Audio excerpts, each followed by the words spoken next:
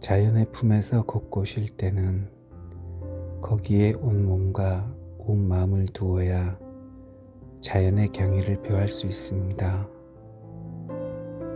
마음을 고요히 하고 바라보라. 귀 기울여 들어보라.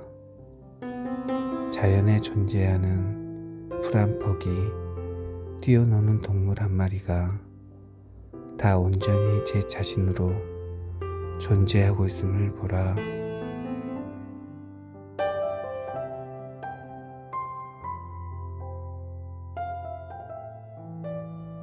인간과는 달리 꽃과 동물은 제 자신을 둘로 분연시킬 줄 모릅니다.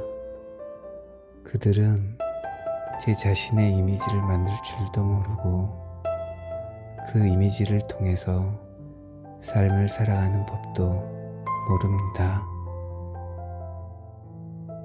그러니 이미지를 더 멋지게 꾸미거나 보호하려고 애쓰지도 걱정하지도 않습니다. 사슴은 그저 사슴일 뿐입니다. 수선화도 그저 수선화일 뿐입니다.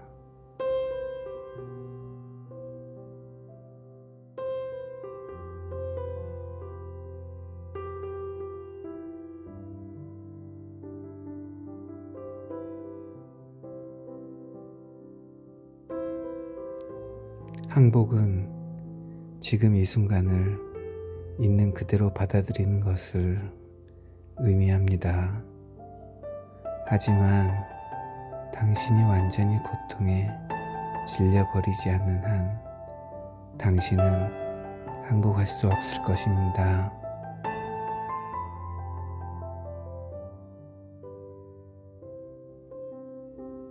고통은 있는 그대로의 그것에 대한 저항으로부터 만들어집니다. 상황으로부터가 아니라 그것에 대한 해석인 생각으로부터 고통이 오는 것입니다. 따라서 당신이 정말로 충분히 고통을 겪었다는 것을 깨달으면 나는 이제 더 이상 고통이 필요 없어 라고 말하며 항복하게 됩니다.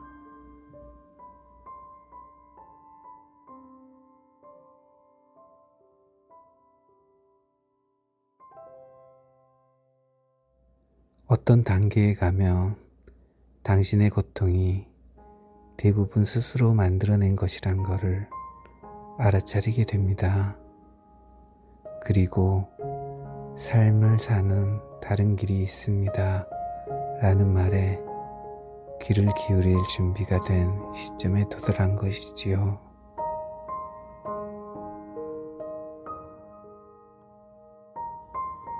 고통은 마음이 만들어낸 자아감인 에고를 서서히 쇠퇴시킵니다. 고통은 대부분의 사람들에게 유일한 영적 스승입니다. 그리고 고통은 당신을 깊이 있게 만듭니다.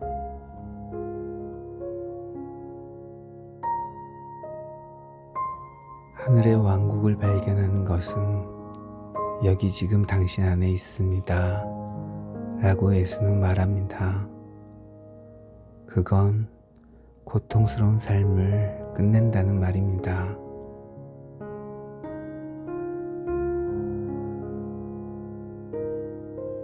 기억해야 하는 건 다른 어떤 것보다도 당신을 고통스럽게 만든 것은 다름 아닌 생각이라는 것입니다.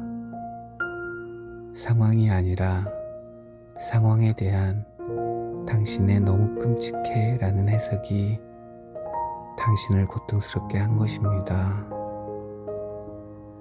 당신은 그것을 알게 되면 더 이상 있는 그대로의 그것과 정신적인 논쟁을 하지 않는 새로운 삶의 길이 있게 됩니다.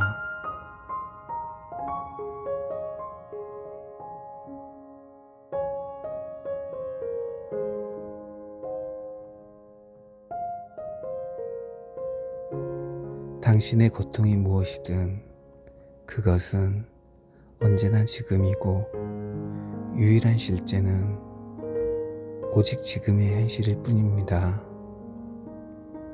이것이 있는 그것이야 라고 말하면서 지금 현실을 전적으로 받아들이세요. 진정으로 그래 이것이 있는 그것이야 라고 말해보세요. 지금 이 순간의 현실이 바로 그것이니까요. 비록 유쾌하지 않을 수도 있겠지만 무엇이 되었든 그것의 받아들임을 가져오십시오.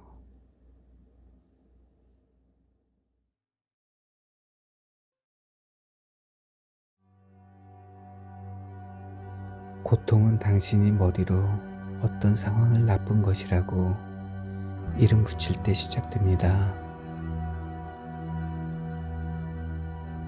그것은 감정적 수축을 일으키지요. 당신이 그것을 이름 붙이지 않고 있는 그대로 있도록 허락할 때 당신은 놀라운 힘을 사용할 수 있게 됩니다.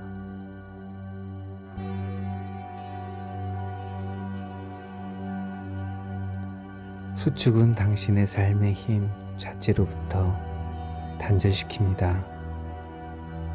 몸이 쪼그라드는 느낌이나 가슴에서 조여드는 느낌이 있다면 그래 이것이 그것이야. 그러니까 있게 허락하자 라고 말합니다. 그렇게 되면 당신의 내부에서 그 속박을 둘러싸는 약간의 공간을 감지합니다. 그런 후에 그 공간이 조금 더 커질 수도 있습니다. 그렇게 두면 당신은 속박보다도 그것을 둘러싼 공간에 더 많은 관심을 두게 됩니다. 속박을 둘러싼 관심을 공간에 집중하는 것은 있는 그것에 대한 받아들임과 함께 옵니다. 공간을 더 많이 알아차리게 되며 그 상태를 위한 공간이 되지요.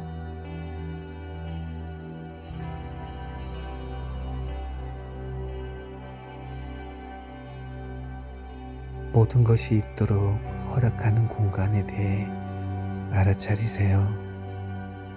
소리에 귀를 기울이고 판단하지 마세요. 그 소리의 저변에 있는 조용함에 귀를 기울이세요. 무언가를 어떤 것을 만지고 느끼며 그것에 있음을 사실로서 인정하세요.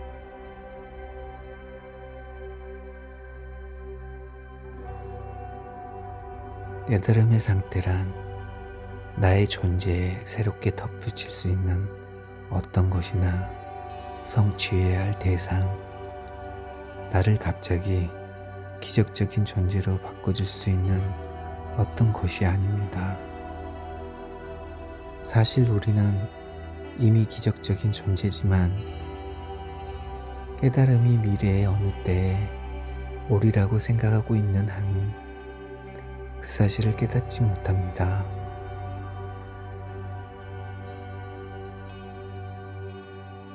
단지 지금 이 순간을 받아들이고 그 속으로 깊이 들어가는 것만이 가능합니다. 우리의 진정한 본성은 시간을 더 필요로 하지도 않고 덧붙여야 할 것도 없습니다. 미래는 우리가 그 진정한 본성이 되는 것을 방해할 뿐입니다.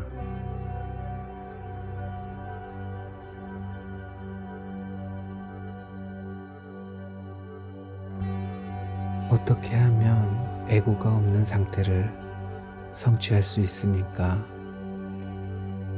에고가 없는 상태는 미래의 시간 속에 성취할 수가 없습니다. 오직 지금 이 순간을 들여다봄으로써만 그렇게 될 수 있습니다. 에고가 없는 상태는 지금 여기에 있습니다.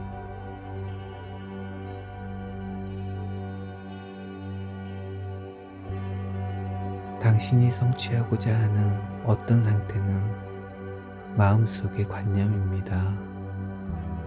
거기에는 결코 도달할 수가 없습니다. 왜냐하면 그것은 내가 되고자 하는 존재에 대한 추상적 관념이기 때문입니다. 당신은 이미 그것임을 깨닫지 못하고 있습니다.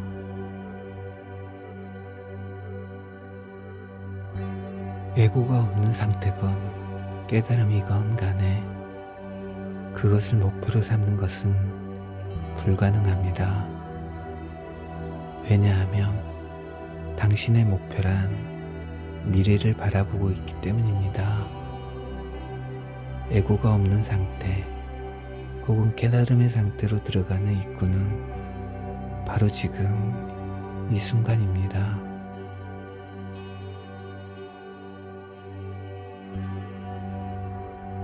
우리는 깨달음의 상태가 있다고 생각하고 자기도 그것을 성취할 수 있으리라고 생각합니다. 그리고 당장 그것을 목표로 삼지요.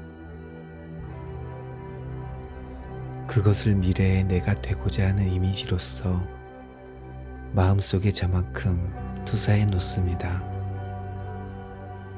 하지만 그것을 찾아가려고 하는 바로 그 노력이 지금 깨달음의 상태에 있지 못하도록 방해한다는 사실을 알지 못합니다.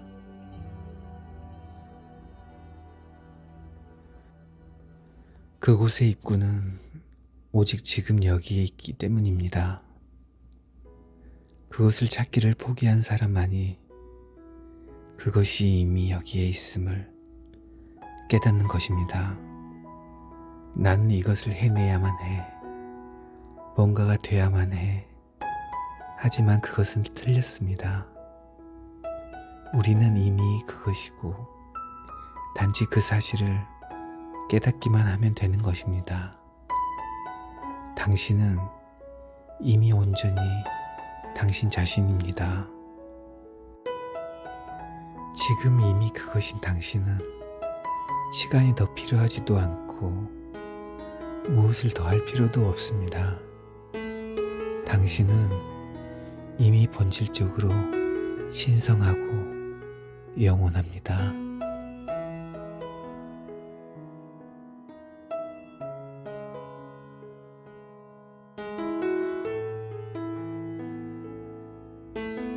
신 혹은 본성은 어떤 것이 아닙니다. 어떤 내용도 형상도 아닙니다. 그것은 이름 붙일 수 없지만 알 수는 있습니다.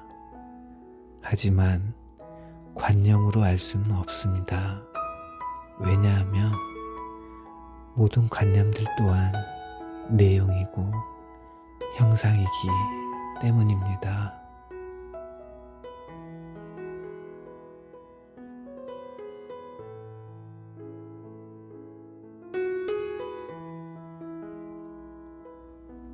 그것은 생명으로 진동하지만 고요합니다. 극도로 깨어있지만 고요합니다. 생각들의 밑바닥에 생각과 생각 사이에 말과 말 사이에 모든 현상적 존재들이 그 위에 그려져 있는 빈 화폭이 지금 여기 있습니다.